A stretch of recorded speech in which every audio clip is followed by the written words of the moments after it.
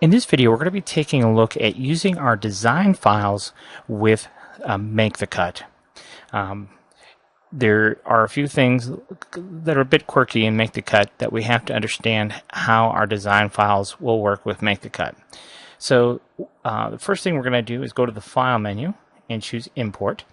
And we're going to import an EPS version of our design file. Now, all of our design files come in EPS SVG, primarily for you Silhouette Cameo users, and then also a PLT file format for those of you who are maybe using a Crystal Press.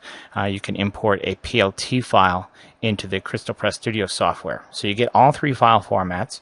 So we're going to choose EPS version here, and we're going to open up this design, which is our tricolor piece combo.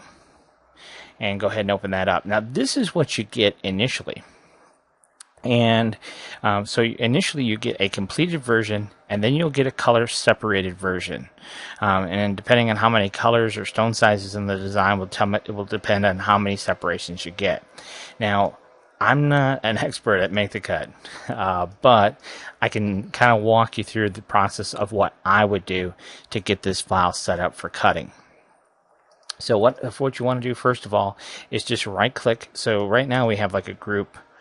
This all comes in as just one color. It's one of the quirky things about Make the Cut is that everything comes in as one color. WinPC Sign was that way for a while too. When you would import a multicolored EPS file, it would come in all as one color, and it used to drive me absolutely bonkers. So I'm not quite sure why this is set up this way, because in any other sign software, when you import a multicolored EPS, it imports those colors, but for some reason this is just how Make the Cut was designed to work. So we give you the color separation. So the first thing we're going to do is go to the Shape Magic here, and we're going to break things apart. Okay. Now I will warn you that on a larger design file, it will take longer to process. So don't get discouraged thinking something's hung up or whatever. Those bigger design files do take a little bit longer to process here and Make the Cut. But this is a very basic design.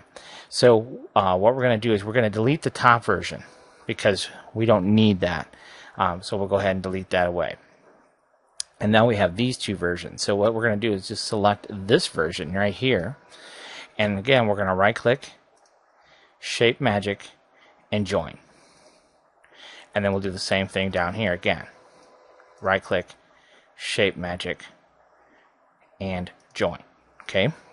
Now, the next thing I would do is take both of these and just hit T for top. That will align them to the top, and then that's it.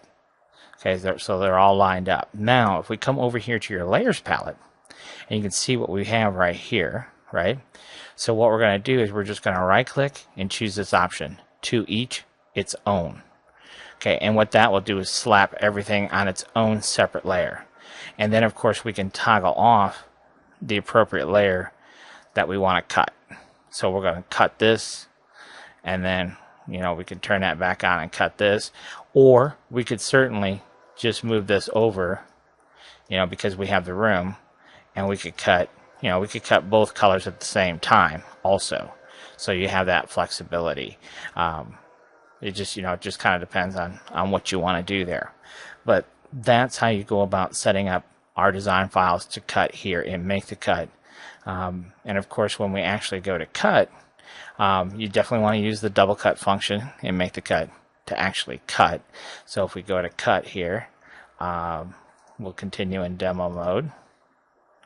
You can see right here we got the multi-cut set up right here. We can cut 2 times, and we usually use the knife point setup and your blade offset and so on and so forth.